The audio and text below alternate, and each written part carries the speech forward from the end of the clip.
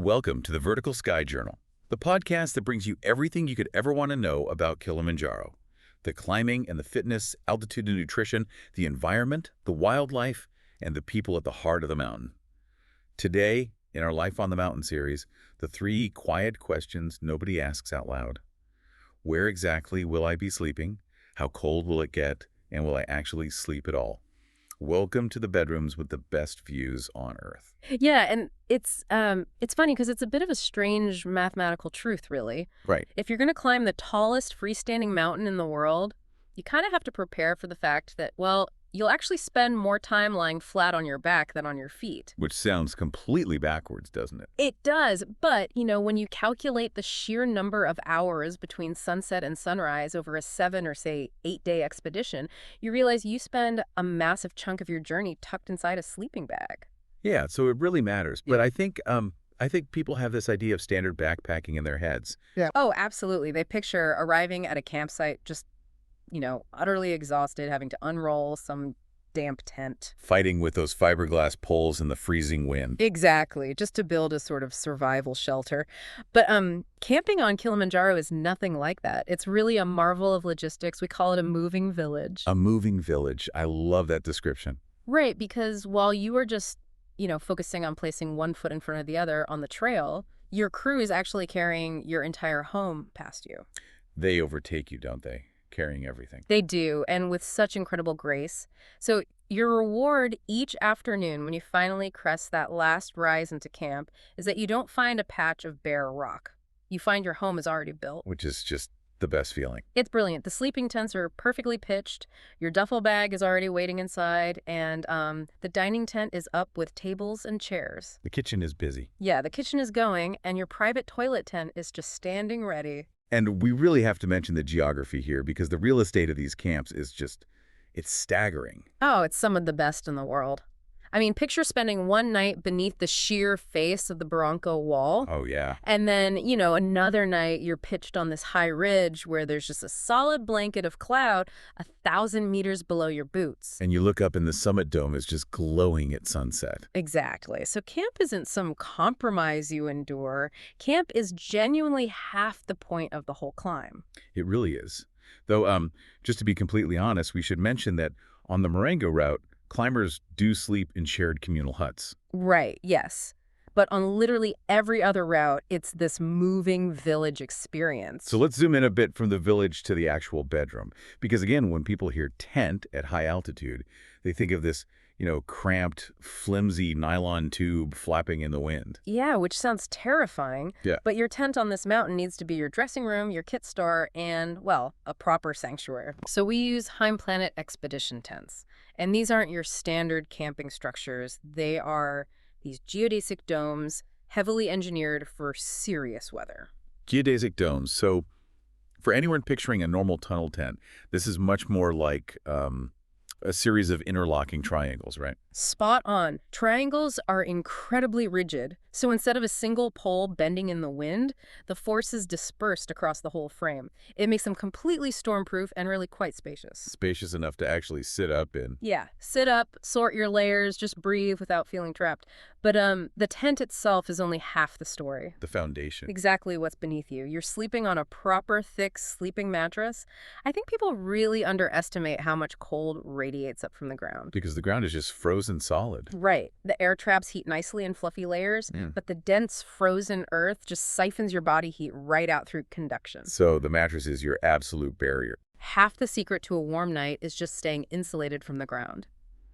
And then, of course, there's the one crucial thing you bring yourself, which is a 4-season sleeping bag. Rated for well below freezing. It's essential. It's not included in the standard package because it's such a personal item, but, you can easily rent a high-quality one. And throwing a thermal liner in there is a brilliant move, too, right? Absolutely. Adds warmth and keeps the bag hygienic. So, talking about warmth, that brings us to the second quiet question. How cold does it genuinely get up there? Well, honestly, the gradient is huge. Down in the forest and moorland camps, it's quite mild. Right. But once you cross about 4,000 meters, it drops below freezing at night. And by high camp, before the summit, it is well below zero, plus wind chill. Which sounds completely brutal. It does, but here is the core philosophy to remember. Cold nights are just a kit problem. And kit problems have solutions. Exactly. The climbers who are miserable and shivering are almost never the ones with the wrong sleeping bag. Interesting. So who is it? It's almost always the ones who went to bed in the damn shirt they walked in all day. Ah, right. Which brings us to the insider secrets, the 7 tricks the guides absolutely swear by for a warm night. Yes, the art of managing your internal furnace. So, trick number 1, as we just hinted at, sacred layers. Sacred layers, meaning never sleep in the clothes you trekked in. Never. But, if I finish the trek and my fleece feels totally dry to the touch, taking it off to put on freezing cold pajamas seems, well, crazy. It feels completely counterintuitive in the moment, but it's scientifically vital. When you walk, you produce sweat vapor. Right, microscopic moisture. Exactly. It gets trapped inside the fibers of your daytime clothes. Yeah. And in the cold night air, that moisture cools rapidly and just draws heat away from your body all night through evaporation. It's basically like wearing a cold, wet towel to bed. That is exactly what it's like. So you must change into dedicated, perfectly dry base layers that are kept sacred just for sleeping. You never see the trail. Never. Okay, trick number 2. Wear a beanie to bed. Because you lose so much heat from your head. Right. The rest of you is cocooned in this amazing thermal bag, but your head is exposed. A beanie traps that escaping heat and makes a massive difference to your overall comfort. Makes sense. Now, trick number 3 is probably my favorite, the hot water bottle move. Oh, it is universally beloved on the mountain. So at dinner, you ask the crew to fill your robust water bottle with boiling water, right? Yes. Screw the lid on extremely tightly, that's crucial, and drop it right into the bottom of your sleeping bag. But wait, does it actually stay warm until morning at like -10 degrees? It really does, because your body is acting as a radiator, and the sleeping bag traps both your body heat and the bottle's heat. So it turns the bag into a little oven. Yeah. And the brilliant secondary benefit is that by morning, you have unfrozen drinking water ready for the trail. Which is a very rare luxury at high camp. True. Okay, trick number 4. Eat all of your dinner. Yes, calories are firewood. I love that analogy, because a body with fuel heats its own tent. Exactly. I know altitude can really suppress your appetite, but you have to eat. Without fuel, your internal furnace just can't generate the heat to warm the bag. Right, okay, trick number 5, electronics. Because if I leave my phone out in the tent, it's just dead by morning. Yeah, you're completely drained. The cold thickens the liquid electrolyte in lithium-ion batteries, which basically stops the chemical reaction. Oh, wow, so it's not actually empty. No, it just can't deliver the power. So your phone, your power bank, camera batteries, they all have to sleep in the bag with you. Got it. Keep them warm. Trick number 6 is about tomorrow's clothes. Yes, put tomorrow's socks and your daytime base layer inside the sleeping bag overnight. Because dressing warm beats dressing cold. 10 times out of 10. Pulling on freezing garments that have been sitting in the corner for 10 hours is a terrible way to start a summit day. Definitely. All right, the final trick, number 7, the pee bottle. Yes, the pee bottle. We covered the mechanics of this in our toilets guide, but it's vital for warmth. Because a 2 a.m. expedition outside is the fastest way to lose a night's warmth. It's like leaving your front door wide open during a blizzard. You just dump all that trapped heat you spent hours building up into the freezing wind. And the fastest way to lie awake all night is refusing to go when you need to. Exactly. Manage it inside the tent. It preserves your heat and your sleep. Okay, so that perfectly shields us from the cold.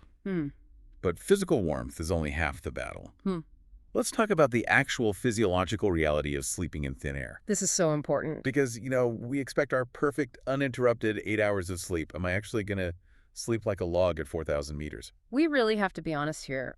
Sleep at altitude is fundamentally lighter.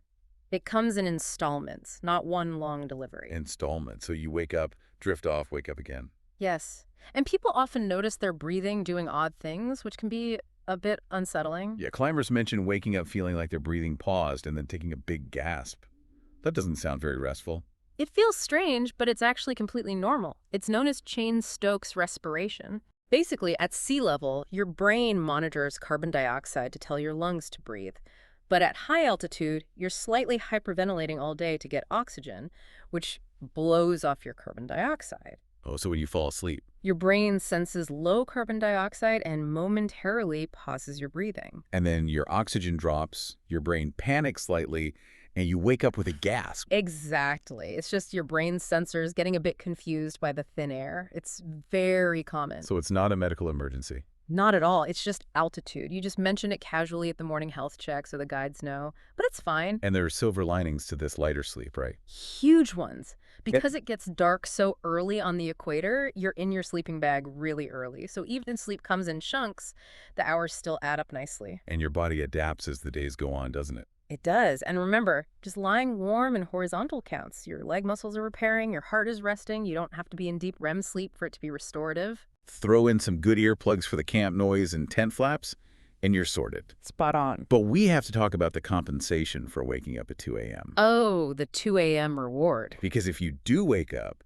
unzipping the tent door reveals something incredible. It's a night sky that people cross the world for.